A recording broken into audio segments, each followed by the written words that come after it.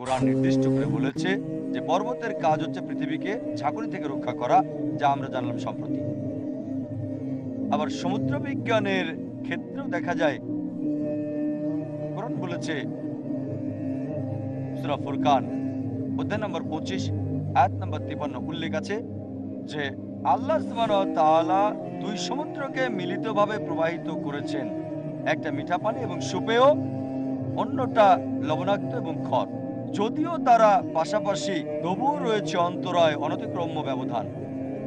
একই কথা বলা হয়েছে সূরা রহমান অধ্যায় নম্বর 55 আয়াত নম্বর 19 مرج البحرين يلتقيان যে আমি পাশাপাশি দুই সমুদ্র প্রবাহিত করেছি, তারা মিলিত হয় কিন্তু মিশ্রিত হয় না, উভয়ের মাঝে রয়েছে বাধা, রয়েছে বারজাক, অনতিক্রম্য ব্যবধান। কোরআনের ব্যাখ্যাকারীরা যখন এই আয়াত বুঝতে চাইলেন, আমরা জানি যে আর আগেও জানতো যে দুই ধরনের পানি রয়েছে, মিষ্টি এবং লবণাক্ত, কিন্তু তারা এই আয়াতটা বুঝতে পারছেন না যেটা বলছে যে দুই ধরনের পানি আছে, মিষ্টি এবং লবণাক্ত, পাশাপাশি প্রবাহিত কিন্তু মিশ্রিত না, একটা বাধা আছে, অনতিক্রম্য ব্যবধান, বারজাক আছে। মুফাসসিরেরা, কোরআনের ব্যাখ্যাকারীগণ এটা বুঝতে পারেননি। এখন বিজ্ঞানের উন্নতি হওয়ার ফলে আমরা জানলাম যে এক ধরনের পানি এক ধরনের পানি দিয়ে প্রবাহিত হলে, মিষ্টি পানি লবণাক্ত পানি দিয়ে প্রবাহিত হলে এর উপাদান হারিয়ে প্রবাহের সাথে মিশে যায়। এই ধরনের চলমান একত্র হওয়ার প্রক্রিয়াটাকে কোরআনের মধ্যে বলা হয় বারজাক, একটা অদৃশ্য বাধা। এটা পরীক্ষা এবং যাচাই করা হলো কোরআনের এই আয়াত প্রফেসর হেইককে দেখানোর মাধ্যমে, যিনি একজন বিখ্যাত সমুদ্র বিজ্ঞানী এবং সমুদ্র বিজ্ঞানের একজন অধ্যাপক ইউএস এর কলোরাডো বিশ্ববিদ্যালয়ের। তিনি বলেছেন যা কোরআন 1400 বছর আগে বলেছে, বিজ্ঞান তা সম্প্রতি আবিষ্কার করেছে। এই বিষয়টা সরাসরি দেখতে পাবেন অন্তরীপে সাউথ আফ্রিকার কেপটাউনের দক্ষিণ অংশে, যেখানে এক ধরনের পানির উপর দিয়ে আরেক ধরনের পানি প্রবাহিত হয় আর দুই ধরনের পানির পার্থক্য ধরা পড়ে। আরেকটা কথা বলা যায়, মিশরের নীল নদের ভূমধ্য সাগর দিয়ে প্রবাহিত হওয়া সবচেয়ে ভালো উদাহরণ। উপসাগরীয় স্রোত হাজার হাজার মাইল প্রবাহিত হয়, মেক্সিকোর উপসাগর থেকে শুরু হয় আর উত্তর আমেরিকার পূর্ব দিকে যায়, সামনের দিকে যায়, তারপর পূর্ব দিকে যায় এবং ইউরোপের পশ্চিম দিকে যায়, হাজার হাজার মাইল প্রবাহিত হয়, কিন্তু তখনও তারা দুই পানি আলাদা থাকে। যদি জাহাজে করে গালফ স্রোতের দিকে যান আর তুলে আনেন বাম দিক থেকে এক বালতি পানি আর ডান দিক থেকে আরেক বালতি পানি, দেখবেন যে একটা মিষ্টি অন্যটা লবণাক্ত, এমনকি তাপমাত্রার পার্থক্য বিদ্যমান। চিন্তা করুন, কোরআন এই বিষয়ে 1400 বছর আগে বলেছে। জীববিদ্যা নিয়ে কোরআন বলছে সূরা আম্বিয়া অধ্যায় নম্বর 21 আয়াত নম্বর 30, وجعلنا من الماء كل شيء حي افلا يؤمنون আমি জীবন্ত সবকিছু পানি থেকে সৃষ্টি করেছি, তারপরও কি ঈমান আনবে না? চিন্তা করেন, আরবের মরুভূমিতে কোরআন বলছে জীবন্ত সবকিছু পানি থেকে সৃষ্টি করেছি, কে বিশ্বাস করত?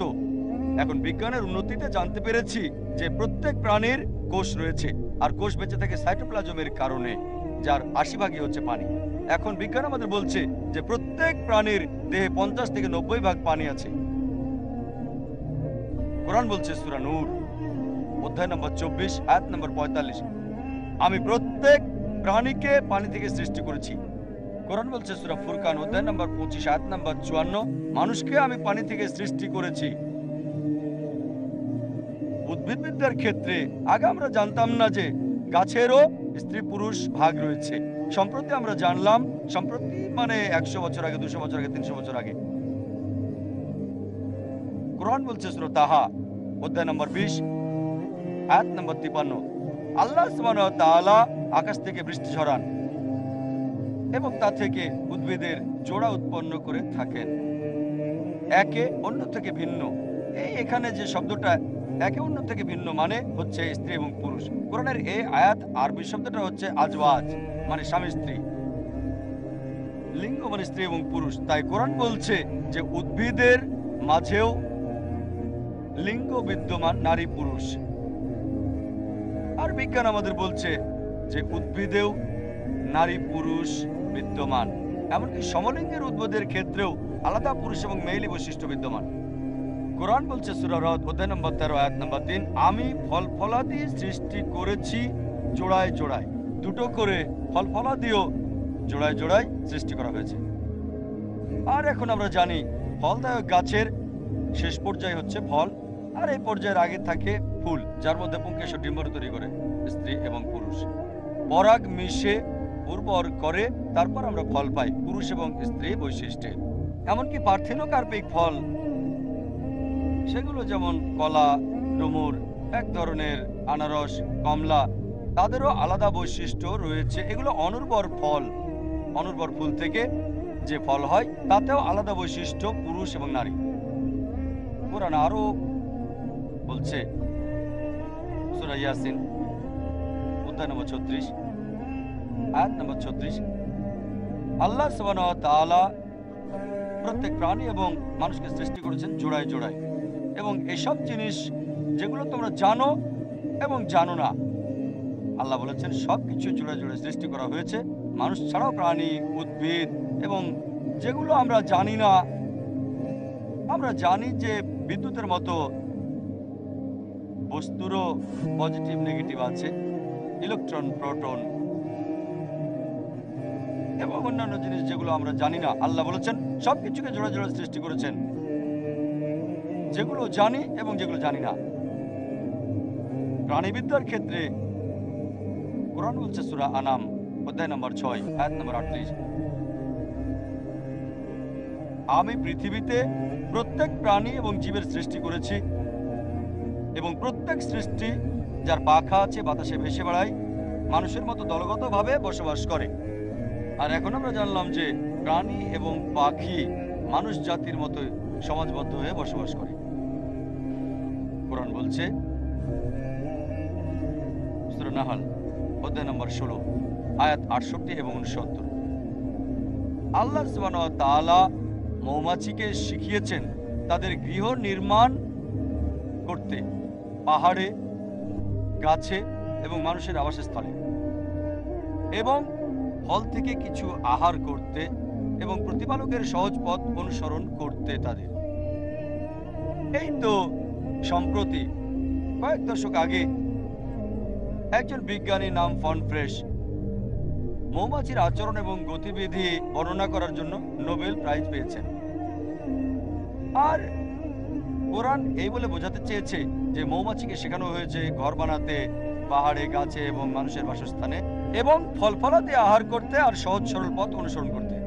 বিজ্ঞানের উন্নতির পর, কনফ্রেশের বর্ণনার পর, আমরা জানলাম যে মৌমাছি কোনো নতুন ফুল বা ফল বাগান পেলে সে ওই ফুল বা বাগানের প্রকৃত অবস্থান প্রধান মৌমাছিকে জানায়, যাতে তারা মধু সংগ্রহ করতে পারে মৌনাচন প্রক্রিয়ার মাধ্যমে।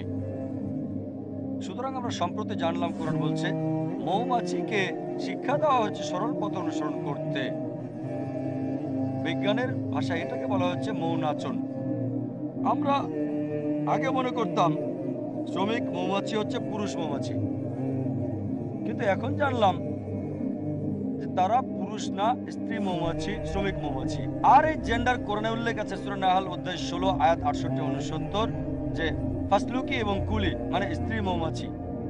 আশ্চর্যের কিছু নেই, শেক্সপিয়ার তার নাটক হেনরি দ্য ফোর্থে বলেছেন লোকজন নিজেদের মধ্যে বলাবলি করে সৈনিক মৌমাছি নিয়ে। পুরুষ সৈনিক মৌমাছি তারা রাজাকে গিয়ে খবর দেয়। এখন আমরা জানলাম যে সৈনিক মৌমাছিরা পুরুষ মৌমাছি না, শ্রমিক মৌমাছিগুলো পুরুষ না, তারা স্ত্রী। সৈনিক মৌমাছি রাজাকে খবর দেয় না, রানীকে খবর দেয়। চিন্তা করেন, শ্রমিক মৌমাছি, সৈনিক মৌমাছি জেন্ডারের ব্যাপারে কোরআনে উল্লেখ আছে যে স্ত্রী মৌমাছি। এগুলো আমরা জানলাম এটা সম্প্রতি। কোরআন বলছে সূরা নামল অধ্যায় নম্বর 27 আয়াত 17 এবং 18, সুলাইমানের সামনে হাজির করা হলো তার বাহিনী, মানুষ, জিন এবং পাখি।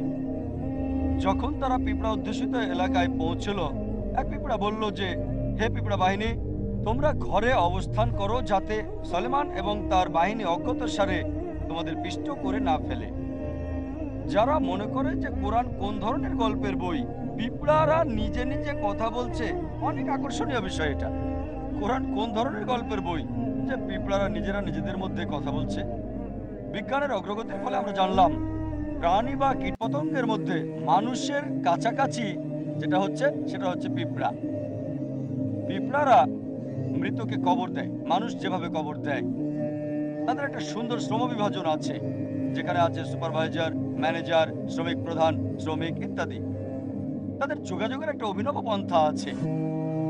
তারা অনেক সময় গল্প গুজবও করে থাকে। তাদের বাজার আছে যেখানে পণ্য বিনিময় করে। এবার দেখেন, আমাদের বাজার আছে, পিঁপড়ারও বাজার আছে পণ্য বিনিময়ের জন্য।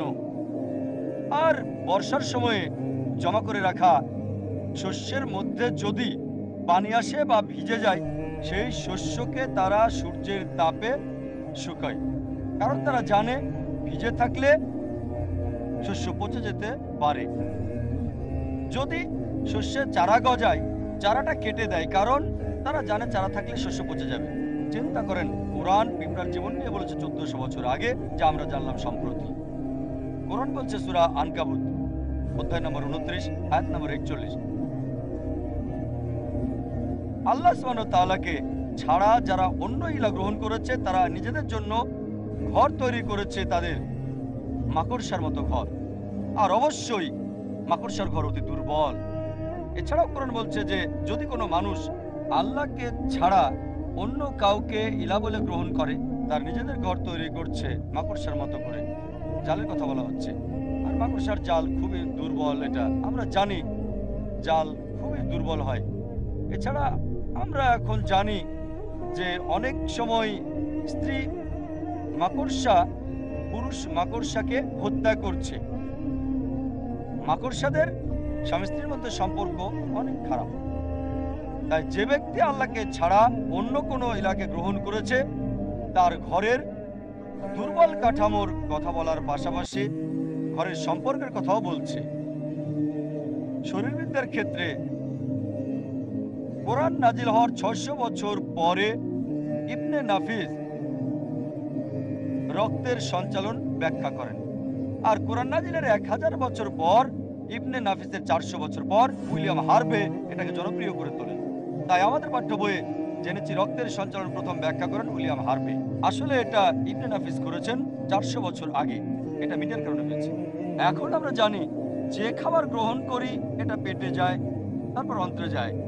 সংক্ষেপে বললে শরীরবিদ্যার রক্ত সঞ্চালন এবং দুগ্ধ উৎপাদন হচ্ছে খাদ্য অন্ত্রে প্রবেশ করে, খাদ্যের অবশিষ্ট উৎপাদন রক্তনালীতে প্রবেশ করে, অন্ত্রের বিশেষ থলিতে, এবং বিশেষ প্রক্রিয়ায় সেগুলো লিভারের মধ্য দিয়ে রক্তনালী দিয়ে শরীরের প্রায় সব অর্গানে প্রবেশ করে, মেমোরি গ্ল্যান্ড সহ, যেটা দুধ উৎপন্ন করে থাকে।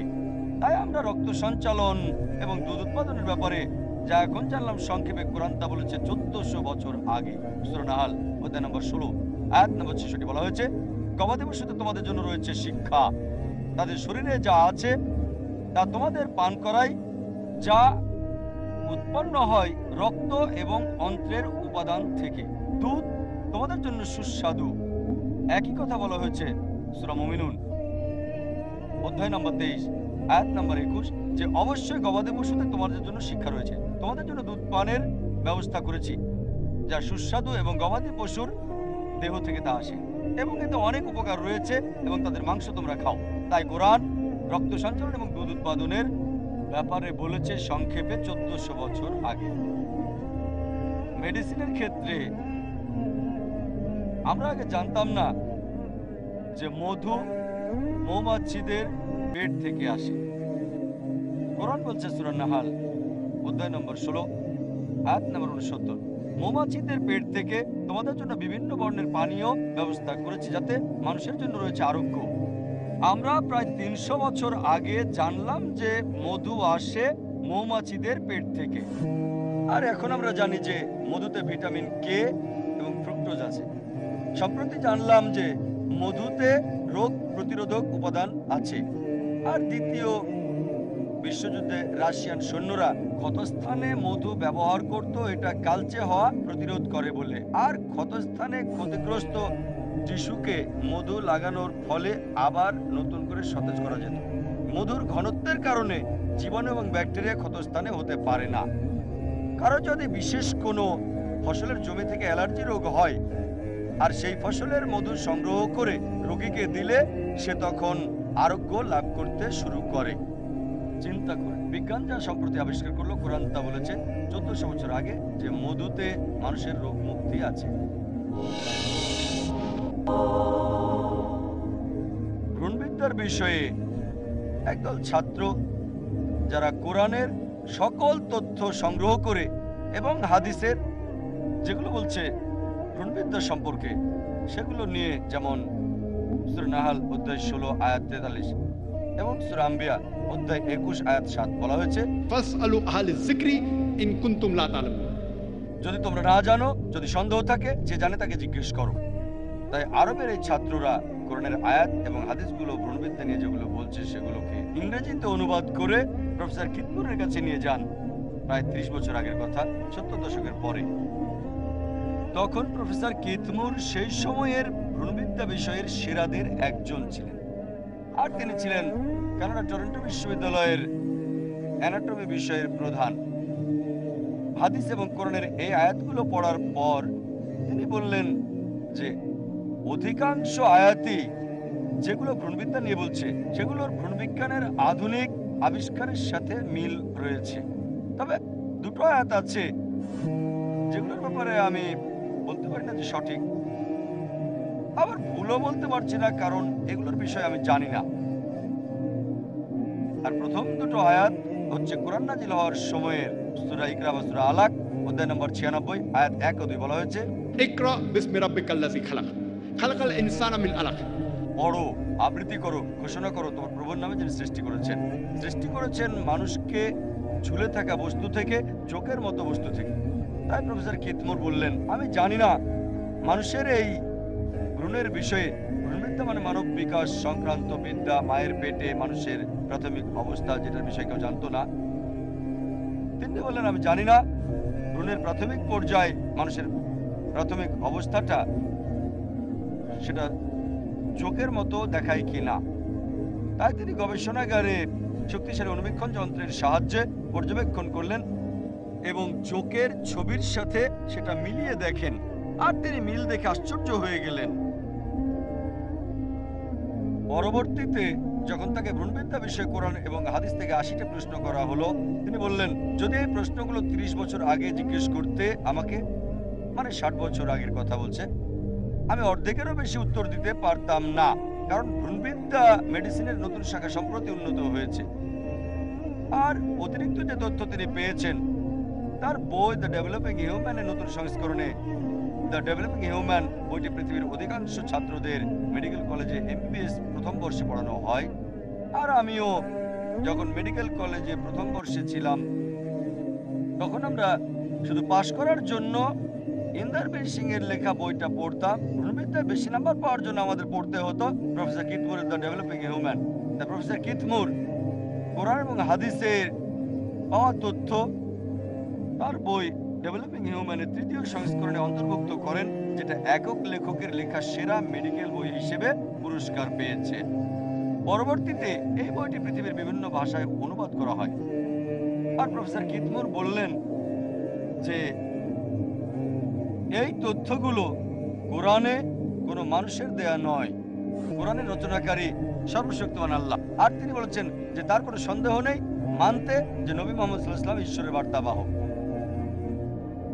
চিন্তা করেন, প্রফেসর কিতমুর একজন খ্রিস্টান। কোরআন বলছে সূরা তারিখ অধ্যায় নম্বর 86 আয়াত নাম্বার 5 থেকে 7 যে মানুষ কি জানে না তাকে কি থেকে সৃষ্টি করা হয়েছে? তাকে সৃষ্টি করা হয়েছে মেরুদণ্ড এবং পাঞ্জরস্থি হতে সবেগে সঞ্চালিত পানি থেকে। কোরআনে কথা বলে কি বোঝাচ্ছে? যে মানুষকে সৃষ্টি করা হয়েছে মেরুদণ্ড এবং পাঁজরের মধ্য থেকে সজরে বেরিয়ে আসা পানি থেকে। এখন বিজ্ঞান উন্নত হওয়ার ফলে আমরা জানতে পারলাম যে শিশু যখন মাতৃগর্ভে থাকে মানব দেহের প্রজনন অঙ্গগুলো শেষ হয়ে কিডনির নিকটবর্তী মেরুদণ্ড এবং একাদশ ও দ্বাদশ পাঁজরের হাড়ের মাঝের স্থান হতে বৃদ্ধি লাভ করে। পুরুষের ক্ষেত্রে প্রজনন অঙ্গ হচ্ছে শুক্রাশয় এবং মহিলার প্রজনন অঙ্গ ডিম্বাশয়, এবং পরবর্তীতে ভ্রূণাবস্থায় এগুলোর নিচের দিকে নেমে আসে। মহিলাদের ক্ষেত্রে ডিম্বাশয় শ্রেণীচক্রে পেলভিস, এবং পুরুষদের ক্ষেত্রে ইঙ্গুইনাল নালীর দ্বারা অন্ডকোষে নেমে আসে। কিন্তু পরিণত বয়সে নেমে আসার পরও এই প্রজনন অঙ্গগুলো মেরুদণ্ড এবং একাদশ ও দ্বাদশ পাঁজরের হাড়ের মধ্যবর্তী স্থান থেকেই স্নায়ুর সরবরাহ গ্রহণ করে এবং রক্তের সরবরাহ পায় অ্যাওর্টা থেকে, যা মেরুদণ্ড এবং একাদশ ও দ্বাদশ পাঁজরের হাড়ের মধ্যবর্তী স্থানে অবস্থিত, এবং শিরা ও লুসিফার গ্রন্থির নিঃসরণ যায় সেই স্থানেই, যা মেরুদণ্ড এবং একাদশ ও দ্বাদশ পাঁজরের হাড়ের মধ্যবর্তী স্থানে অবস্থিত। কোরআন কমপক্ষে 11 বার উল্লেখ করেছে যে মানুষকে সৃষ্টি করা হয়েছে নুতফা থেকে। এটা সূরা হজও বলা হয়েছে অধ্যায় নম্বর 22 আয়াত নম্বর 5 এবং সূরা মুমিনুন অধ্যায় নম্বর 23 আয়াত নম্বর 13, যে মানুষকে সৃষ্টি করা হয়েছে নুতফা থেকে, যার মানে সামান্য তরল পদার্থ থেকে। কোরআন কি বোঝাতে চেয়েছে যে আমি মানুষকে সৃষ্টি করেছি সামান্য তরল থেকে? কোরআনে আরো বলা হচ্ছে সূরা সাজদা অধ্যায় নম্বর 32 আয়াত নম্বর 8, আমি মানুষকে সৃষ্টি করেছি সামান্য নির্যাস থেকে, মানুষকে সৃষ্টি করেছি সুলালা থেকে। আরবি শব্দ সুলালা, এই শব্দটার আরেকটা মানে কোনো কিছুর সেরা অংশ। তাই কোরআন সামান্য পরিমাণ তরল থেকে মানুষকে সৃষ্টি করেছে বলা ছাড়াও বলছে যে আমি মানুষকে সৃষ্টি করেছি সেরা অংশ থেকে। আর এখন বিজ্ঞান বলছে যে মাত্র একটা শুক্রাণু যথেষ্ট লক্ষ লক্ষ শুক্রাণু থেকে ডিম্বাণুকে নিষিক্ত করার জন্য, শুধু একটা, লক্ষ লক্ষ থেকে। তাই লক্ষ লক্ষ থেকে এটাকে কোরআন বলছে নুতফা সামান্য পরিমাণ, এবং সুলালা সেরা অংশটা লক্ষ লক্ষ থেকে একটা। কোরআন আবার বলছে সূরা ইনসান অধ্যায় নম্বর 76 আয়াত নম্বর 2, আমি মানব জাতিকে সৃষ্টি করেছি নুতফাতি নাম সাজ, নগণ্য পরিমাণ মিলিত শুক্রবিন্দু থেকে। এখন বিজ্ঞান বলছে যে সন্তান জন্মদানের জন্য পুরুষ শুক্র এবং নারীর শুক্র উভয়ই সমানভাবে দায়ী। তাই নগণ্য পরিমাণ মিশ্র শুক্রাণু এবং পুরুষ ও স্ত্রী শুক্রাণু ছাড়াও আশেপাশের তরল, অগ্রগ্রন্থিক তরল রয়েছে। আর জেনেটিকের ক্ষেত্রে এখন আমরা জানলাম যে সন্তানের লিঙ্গ নির্ধারণের জন্য দায়ী হচ্ছে বীর্য। আর বিজ্ঞান আমাদের বলছে যে মানুষের মাঝে 23 জোড়া ক্রোমোজোম সন্তানের লিঙ্গ নির্ধারণ করে থাকে। যদি XX হয় তাহলে মেয়ে সন্তান, যদি YX হয় তাহলে ছেলে সন্তান। তাই বীর্যই সন্তানের লিঙ্গ নির্ধারণ করে থাকে। যদি বীর্যের X গর্ভধারণের অংশে গ্রহণ করে তাহলে কন্যা সন্তান হবে, যদি Y গ্রহণ করে তাহলে ছেলে সন্তান হবে। আর এই কথাটাই কোরআন বলছে সূরা নাজম অধ্যায় নম্বর 53 আয়াত 45 এবং 46, যে আমি মানুষকে সৃষ্টি করেছি সামান্য তরল থেকে যা স্খলিত হয়। সামান্য তরল হচ্ছে স্খলিত, এবং এটা পুরুষের শুক্র। একই কথা বলা হয়েছে সূরা কিয়ামা অধ্যায় নম্বর 75 আয়াত নম্বর 37 থেকে 39, যে আমি মানুষকে সৃষ্টি করেছি সামান্য পরিমাণ বীর্য থেকে। নুতফাতুন মিন মান ইউমনা, আমি মানুষকে সৃষ্টি করেছি নগণ্য পরিমাণ বীর্য থেকে, তারপর এটাকে জমাট বাঁধা রক্তের মতো করেছি আর নারী পুরুষ নির্ধারণ করেছি। সুতরাং কোরআন বলছে যে লিঙ্গ নির্ধারণে বীর্য দায়ী, তারা ছেলে হবে না মেয়ে হবে। আমাদের এই দেশে, বিশাল ইন্ডিয়ায়, কারণটা খুব ভালোভাবেই জানা আছে। ইন্ডিয়ায় সাধারণত অধিকাংশ লোকজন মেয়ের চেয়ে ছেলে সন্তান বেশি প্রত্যাশা করে থাকে। আর যদি কোনো মহিলা কন্যা সন্তানের জন্ম দেয়, দেখা যায় যে শাশুড়ি তখন সেই উম্মতকে দোষ দেয় যে কেন কন্যা সন্তান জন্ম দিলে। বিজ্ঞান এবং কোরআন অনুযায়ী যদি শাশুড়ি কাউকে দোষ দিতে চায়, উম্মতকে দোষ দিতে পারবে না, ছেলেকে দিতে হবে। কারণ সন্তানের লিঙ্গ নির্ধারণে পুরুষের বীর্যদায়ী ছেলে না মেয়ে হবে। আসলে এটা আল্লাহ সুবহানাহু ওয়া তাআলার হাতে, তিনি এটা ছেলে বা মেয়ে করে থাকেন। কিন্তু শাশুড়ি যদি কাউকে দোষ দিতে চায় তবে ছেলেকেই দিতে হবে, কারণ ছেলে দায়ী সন্তান ছেলে মেয়ে হওয়ার জন্য। কোরআন বলছে সূরা জুমার অধ্যায় নম্বর 39 আয়াত নাম্বার 6, যে আমি মানুষকে এক এক করে স্তরে সৃষ্টি করেছি, 3টি অন্ধকার স্তরে।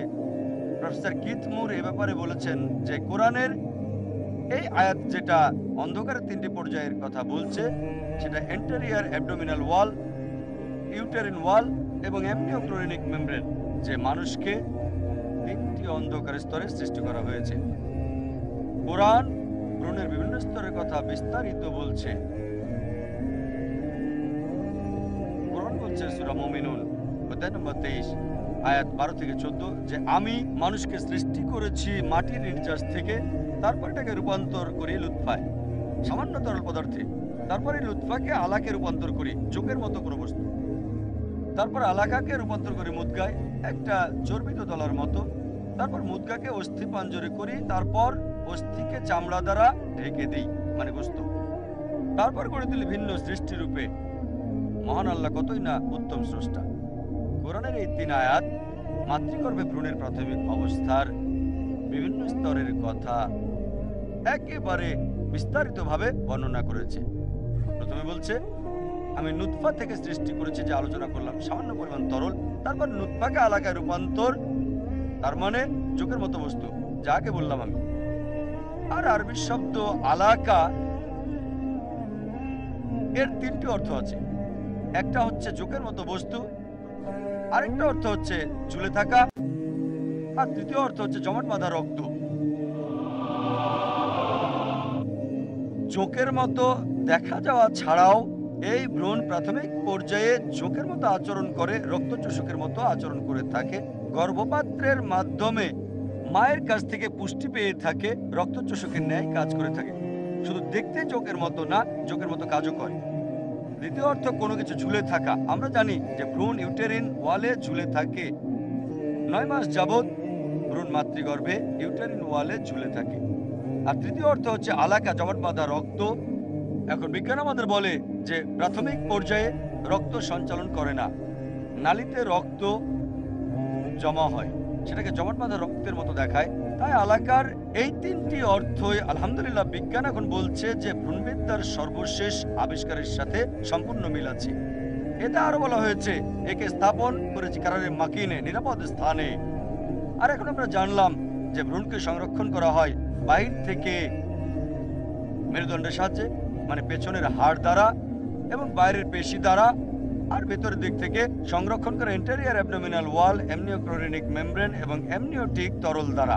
আর বিজ্ঞান এখন কথা বলছে যে শিশুকে মাতৃগর্ভে সুরক্ষণ করা হয়। আরো বলছে যে আমি আলাকাকে করি মুদগা। মুদগা মানে জীবাণু বস্তুর মতো। তাই প্রফেসর কিথমুর একটা প্লাস্টার সিল নিয়ে চোখের মতো করে বানালেন, ভ্রূণের প্রাথমিক অবস্থা করলেন, তারপর দাঁতে কামড় দিলেন যে মুদগার মতো জীবাণু বস্তুর মতো দেখা যায় কিনা। আর এতে তিনি দেখলেন দাঁতের চিহ্ন, যেখান থেকে নার্ভ ডেভেলপ করে সেই স্থানটা। তারপর কোরআন আরো বলছে আমি মুদগাকে ইজামা করেছি মানে হাড়, তারপর হাড়কে ঢেকে দিয়েছি চামড়া দিয়ে মানে গোস্ত, তারপর ভিন্ন আঙ্গিকে সৃষ্টি করেছি। আমি ভিন্ন আঙ্গিকে সৃষ্টি করেছি, এটা দ্বারা কোরআন কি বুঝিয়েছে? এ পর্যন্ত মুদগা, ইজামা, লাহম, চর্বিত বস্তু, হাড়, গোস্ত, এই পর্যায়গুলো বিজ্ঞান আমাদের বলছে মানব বিকাশের প্রাথমিক পর্যায়। আর অন্যান্য প্রাণী যেমন মাছ, খরগোশ এবং অন্যান্য অনেক প্রাণী একই রকম, কেবলমাত্র মানুষের দেখার ক্ষেত্রে পার্থক্য, যেমন মানুষের একটা মাথা, হাত, পা ইত্যাদি। তাই কোরআন বলছে যে ভিন্ন ভিন্ন আঙ্গিকে সৃষ্টি করেছি। আল্লাহ কতই না মহান, উত্তম স্রষ্টা। চিন্তা করেন, কোরআন ভ্রূণের বিভিন্ন পর্যায়ের কথা বিস্তারিত বর্ণনা করেছে।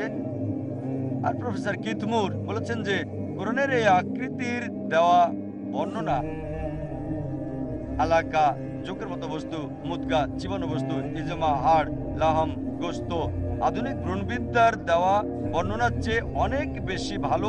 যেখানে আমরা বলি স্টেজ 1, স্টেজ 2, স্টেজ 3, স্টেজ 4 নির্ণয় করা কঠিন, তাই কোরআনে দেওয়া বর্ণনা অনেক ভালো এবং সহজ। আগে বিজ্ঞানীরা ভাবত 16 এবং 17 শতাব্দীর দিকে, যেমন ফ্লাওয়ার ম্যাডাম, তারা মনে করত যে বীর্য ছোট সাইজের মানুষ বহন করে, ছোট আকৃতির মানুষ আছে, বীর্যের প্রধান অংশ তা বহন করে, তারপর এটা মাতৃগর্ভে বড় হয়। পরবর্তীতে যখন তারা জানলো যে ডিম্বাণুর আকৃতি স্পার্ম ডি গ্রাফির চেয়ে বড়, তিনি বললেন যে মানুষের সৃষ্টি ডিম্বাণু থেকে, বীর্য থেকে নয়। পরবর্তীতে 1800 শতাব্দীতে মাওপার্টুইস বাই প্যারেন্টাল থিওরি দেন যে ডিম্বাণু এবং বীর্য মানুষের সৃষ্টিতে উভয়ই দায়ী। এগুলো গর্ভধারণ করে থাকে, জায়গট তৈরি করে থাকে, যা কোরআন বলেছে বিস্তারিত।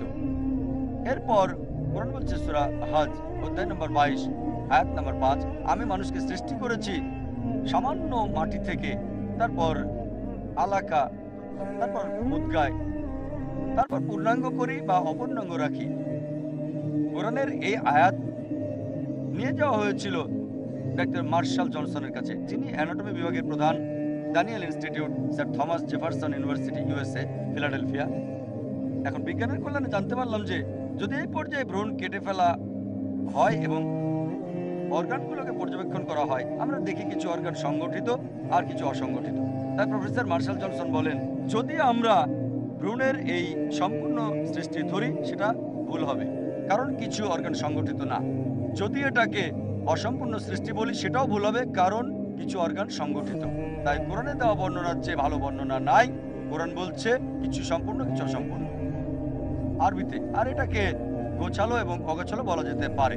আর প্রফেসর মার্শাল জনসন বলেছেন যে এই প্রক্রিয়ায় কিছু কোষ গোছালো আর কিছু কোষ অগোছালো।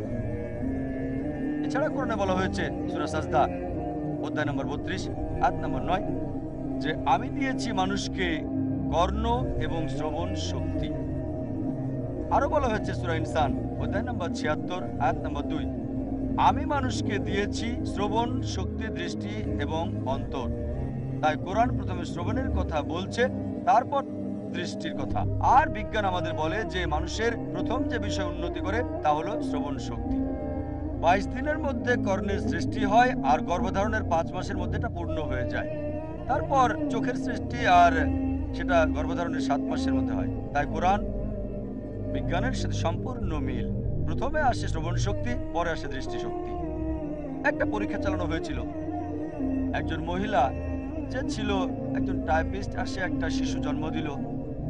সেই মহিলা ছিল একজন টাইপিস্ট, আর ওই টাইপিস্টের বাচ্চার সাথে আরো 9টা শিশুকে রাখা হয়েছিল যাদের মায়েরা টাইপিস্ট ছিল না।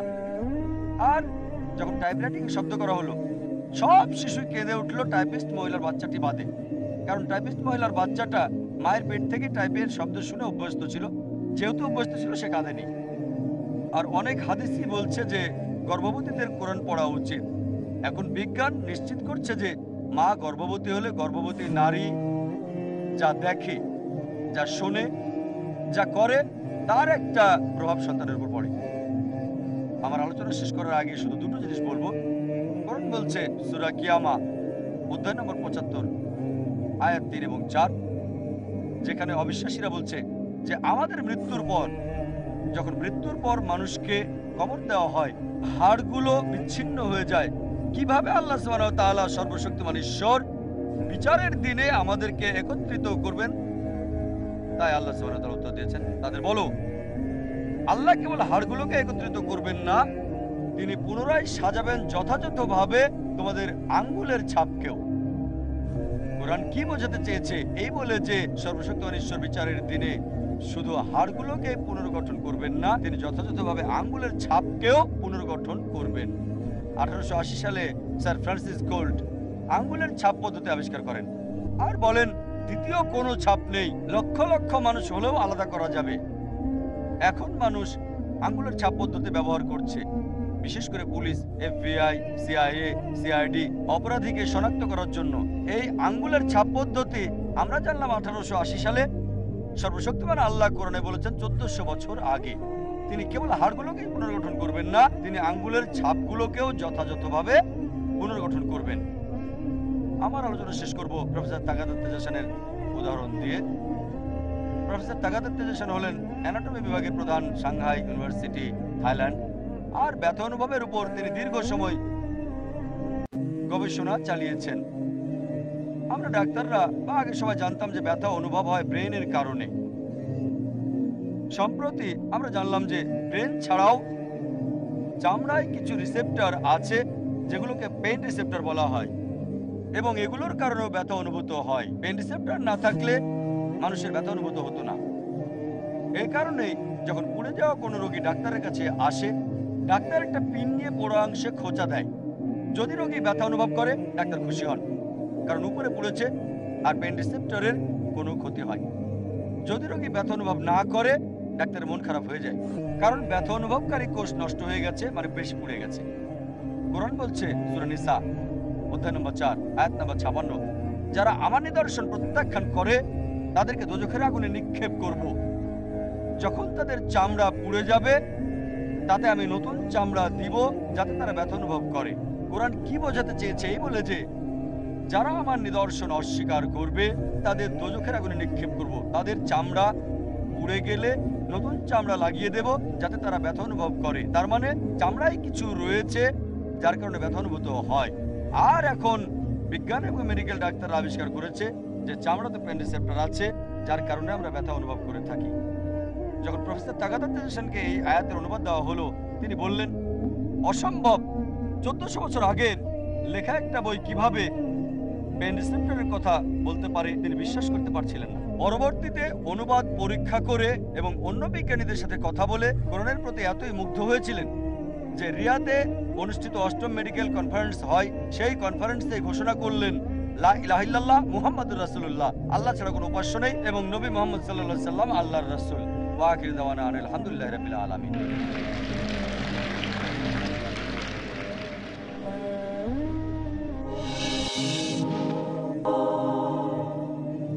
আসসালামু আলাইকুম ওয়ারাহমাতুল্লাহি ওয়াবারাকাতুহু। জাযাকাল্লাহ খায়ের, ডাক্তার জাকির নায়েক। প্রশ্নোত্তর পর্ব শুরু করার আগে আমার সম্পর্কে একটু বলছি। 1996 সালে আমি ইসলাম গ্রহণ করি ক্যালিফোর্নিয়া বার্কেলির ইউনিভার্সিটি অফ সৌদি আরবিয়াতে। আর যে লেকচার আমাকে ইসলাম গ্রহণে উদ্বুদ্ধ করেছিল এই লেকচারেরই কিছু অংশ যদি আমি এটা শুনতাম আমি সম্ভবত ইসলাম গ্রহণে উদ্বুদ্ধ হতাম। আর আমার তাই মনে হয়। মাশাআল্লাহ, কিছু লোককে মুগ্ধ করার ক্ষমতা দেওয়া হয়। আপনাকে এই ক্ষমতা দেওয়া হয়েছে, কারো উপস্থিতিতে তার প্রশংসা করতে চাই না। এবার প্রশ্নোত্তর পর্বে চলে যাচ্ছি। এই পর্বকে গতিশীল আর ফলপ্রসূ করার জন্য যতটুকু সম্ভব আমি আজ রাতে উপস্থিত সবাইকে বলবো আপনারা প্রশ্নটি আজকের বিষয়ের মধ্যেই রাখুন। সংক্ষেপে আপনার প্রশ্নটি করতে, ধারাবাহিকতা বজায় রাখতে মাইকে লাইন ধরুন এবং লাইন ভঙ্গ করবেন না। আর দর্শকদের আমি আবারও মনে করিয়ে দিতে চাই, আমরা মানুষেরা সবাই ভাই বোন। আর আজকে অমুসলিম যারা আমাদের সাথে আছেন, আপনারা আমাদের ভাই, আপনারা আমাদের বোন, আপনাদেরকে আমরা প্রশ্ন করার ক্ষেত্রে অগ্রাধিকার দিব। তাই আপনাদের যদি কোনো প্রশ্ন থাকে আমি ভলান্টিয়ার ভাইদেরকে বলছি তাদেরকে সুযোগ করে দেওয়ার জন্য, কারণ তাদের জন্য অগ্রাধিকার। ভাই ও বোনেরা, আপনাদের সাথে যদি অমুসলিম অতিথি থাকে আর প্রশ্ন করতে দ্বিধা করে, দয়া করে তাদের উৎসাহ দিন প্রশ্ন করার জন্য, কারণ সবচেয়ে সেরা উত্তর দেওয়ার মতো লোক এখানে আছেন ইনশাআল্লাহ। আর এখানে উপস্থিত মুসলিমদের অনেক সুযোগ রয়েছে, তাই আপনারা অমুসলিমদের সুযোগ করে দিন প্রশ্ন করার জন্য। 3টি মাইক্রোফোন রয়েছে, একটা দূরে পুরুষদের জন্য, সামনেরটা পুরুষদের জন্য এবং একটা মহিলাদের জন্য। তাই আপনাদের যদি কোনো প্রশ্ন থাকে 1, 2, 3 নম্বর মাইক্রোফোনের দিকে আসুন। স্লিপে লেখা প্রশ্ন পাবে দ্বিতীয় প্রায়োরিটি। মাইক্রোফোনের প্রশ্ন প্রথমে অগ্রাধিকার। আমি জানি একজন অসুস্থ ভাই রয়েছেন, তিনি অমুসলিম আর পুরো আলোচনা পর্যন্ত অপেক্ষা করছেন তার প্রশ্নটি করার জন্য। তাই এখন সামনের মাইকে যাচ্ছি পুরুষদের মধ্যে। আর ভাই প্রশ্নটি করুন, দয়া করে নাম ও পেশা বলুন এবং সংক্ষেপে প্রশ্নটি করুন। শুভ সন্ধ্যা সবাইকে। আমার নাম আদিত্য আর আমি চেন্নাইয়ে ইঞ্জিনিয়ারিংয়ের শেষ বর্ষের ছাত্র।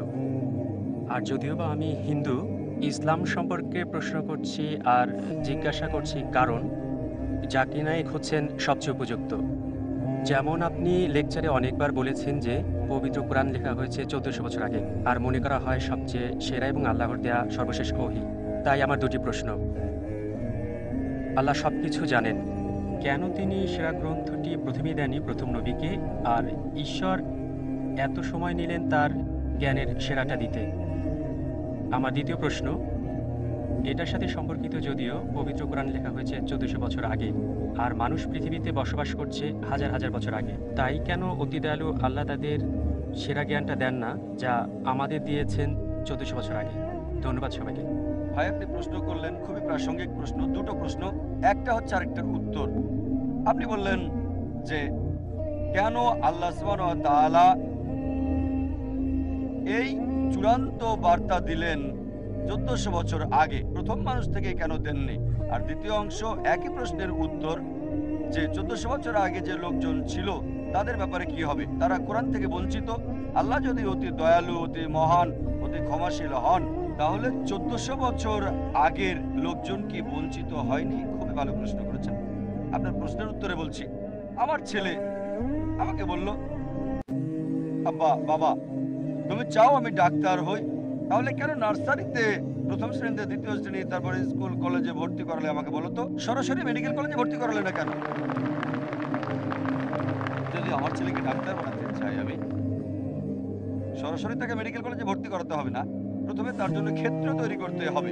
প্রথমে সে প্রি প্রাইমারি স্কুলে যাবে, তারপর স্কুলে যাবে, স্ট্যান্ডার্ড 1, এভাবে স্কুল পাস করবে, তারপর হাই স্কুলে যাবে, তারপর কলেজ যখন যোগ্যতা অর্জন করবে তখন মেডিকেল কলেজে যাবে সে। একইভাবে সর্বশক্তিমান আল্লাহ, যিনি অদৃশ্য জ্ঞানের মালিক, যার সকল কিছুর জ্ঞান আছে, মানব জাতির ব্যাপারে যিনি জানেন, তাই এটা বলা হয়েছে পবিত্র কোরআনে সূরা রাদ অধ্যায় নম্বর 13 আয়াত নম্বর 38। আল্লাহ বলেন, लिकुल्ल अजलिन किताब। কিতাব দেওয়া হয়েছে প্রত্যেক যুগে, প্রত্যেক সময়ে। কোরআনের 4টার নাম বলা হয়েছে, তাওরাত, জাবুর, ইনজিল এবং কোরআন। অনেক কিতাব নাজিল করা হয়েছে।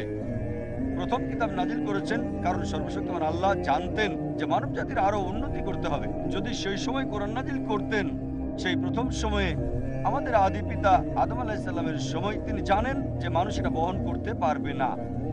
এ কারণে যে কিতাব কোরআনের আগে এসেছে, মানে ইনজিল, এখন হলো বাইবেল, যদিও আমরা বাইবেলকে ইনজিল বলে মনে করি না, তবে বাইবেলের কিছু অংশ হয়তো ঈশ্বরের বাণী। এটা বলা হয়েছে বাইবেলে গসপেল অফ জন অধ্যায় নম্বর 16 অনুচ্ছেদ 12 থেকে 14। যিশু আলাইহিস বলছেন, আমার অনেক কিছু বলার আছে, এখন তোমরা তা সহ্য করতে পারবে না। যখন সত্যের আত্মা আসবে, সে তোমাদের সত্যের পথ দেখাবে, তোমাদের আশার পথ দেখাবে, আমাকে সম্মানিত করবে। তাই যিশু আলাইহিস জানতেন।